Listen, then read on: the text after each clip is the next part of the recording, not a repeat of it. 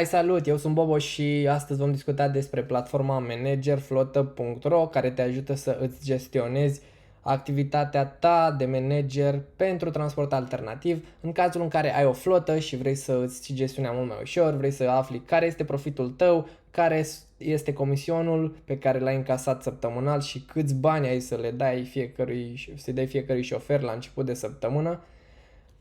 Pentru asta ne aflăm aici, despre asta vom discuta în acest video și haideți să căutăm site-ul. Intrăm pe managerflotă.ro și aici veți găsi toate detaliile, însă astăzi suntem aici pentru a crea un cont de test.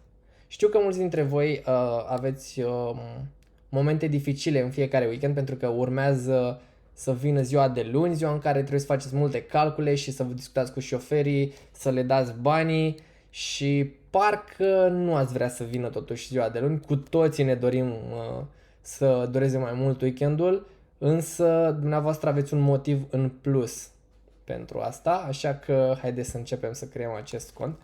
Voi face un cont de test și voi spune fix așa test@managerflotă.ro. Voi alege parola, îi voi spune test, punem numele test, flotă test, punem cuiu 1, 2, 3, 4, 5, 6, în cazul meu este un cont de test, așa că nu are importanță ce completez aici, adresă de test, vom alege comisionul pe care îl percepe flota, voi lăsa default 10%, dumneavoastră puteți să alegeți cât doriți dumneavoastră, aveți posibilitatea de a alege dacă va fi aplicat comisionul pe venitul net sau pe venitul brut, ceea ce înseamnă că acest comision se va aplica pe pe venitul net produs de șofer sau pe venitul brut produs de șofer. În regulă, voi trece un număr de telefon. Haideți să...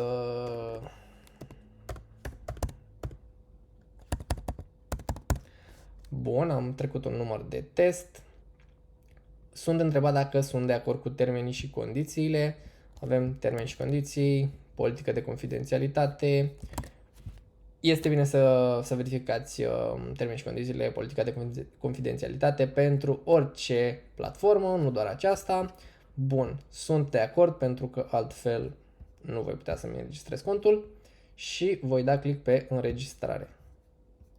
Bun, în momentul ăsta mi-am creat un cont, super, am primit și un mail pentru asta în care mi se spune că am un cont creat și să intru să mă loghez pentru a-mi completa platforma. Haideți să vedem, test@managerflotă.ro cu parola test. Voi greși parola intenționat, voi pune test 1 pentru a vă arăta că veți primi o eroare în cazul în care credențialele nu sunt corecte.